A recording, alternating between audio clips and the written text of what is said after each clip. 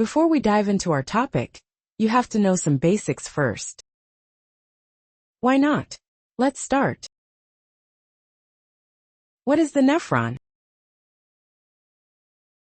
Nephron is the functional unit of the kidney, responsible for filtering blood and forming urine. Each kidney contains about 1 to 1.5 million nephrons. Renal corpuscle, which consists of 1 glomerulus, a network of capillaries where blood filtration begins. 2 Bowman's capsule, a double-walled structure surrounding the glomerulus that collects the filtrate.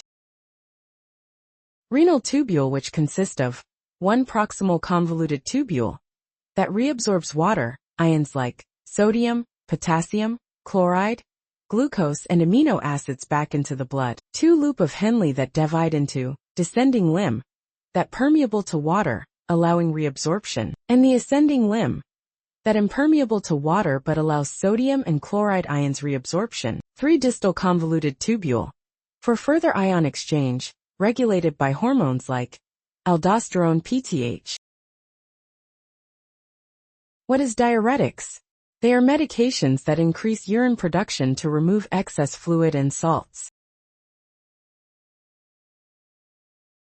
Why are diuretics used? They used in many conditions like hypertension, edema, manage heart failure, treat kidney disorders, glaucoma, and to treat hypercalcemia. Now let's have a quick overview about diuretics types. 1 Potassium-sparing diuretics, like spironolactone and amiloride. They target collecting duct.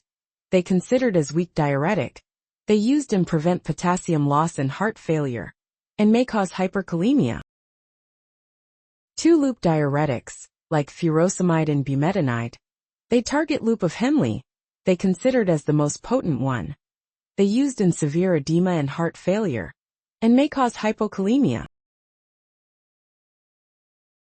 3 Thiazide diuretics, like hydrochlorothiazide. They target the distal convoluted tubule. They has a moderate potency. They used in hypertension and mild edema, and may cause hypokalemia and hyperglycemia.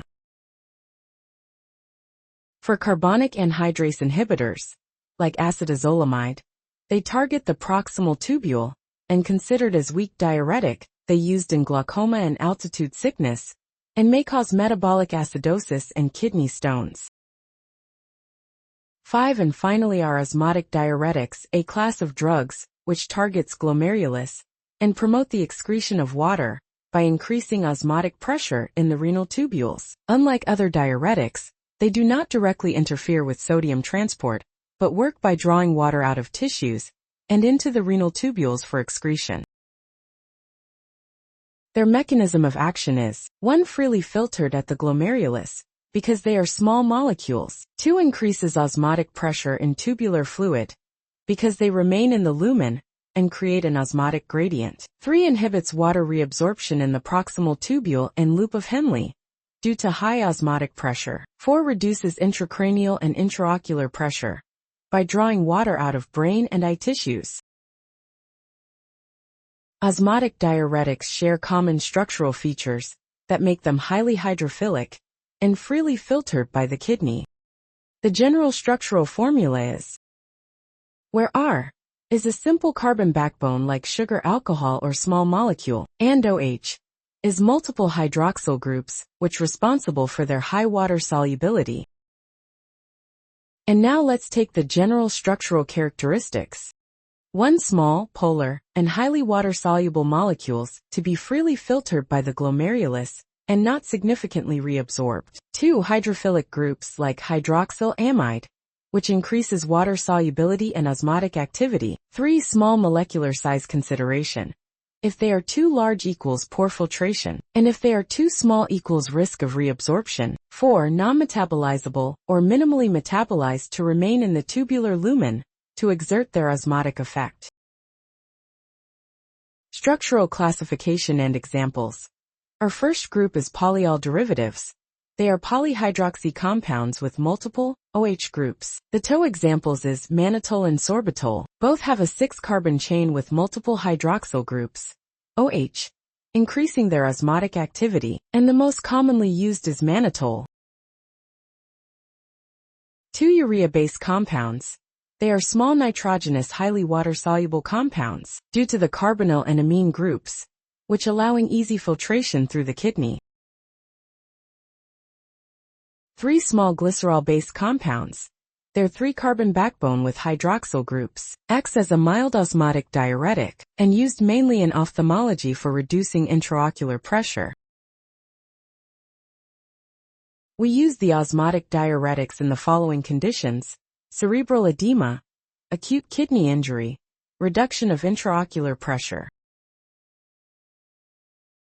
Their side effects include dehydration, electrolyte imbalance, kidney damage, headache, nausea, vomiting, due to rapid fluid shifts, pulmonary edema, especially in heart failure. You shouldn't use osmotic diuretics if you have heart failure and pulmonary edema, severe dehydration, severe kidney disease, active brain bleeding, severe electrolyte imbalance. And to end, understanding these agents alongside other diuretics such as loop, thiazide, and potassium-sparing diuretics highlights their unique niche in acute care settings. Future research may uncover novel osmotic agents with improved safety profiles. But for now, they remain indispensable tools in clinical medicine.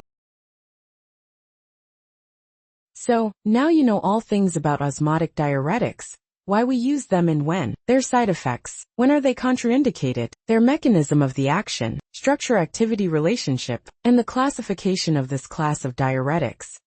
Thank you for listening, and we wish you interested our video. Good luck. Let's test your understanding. Can you answer these questions?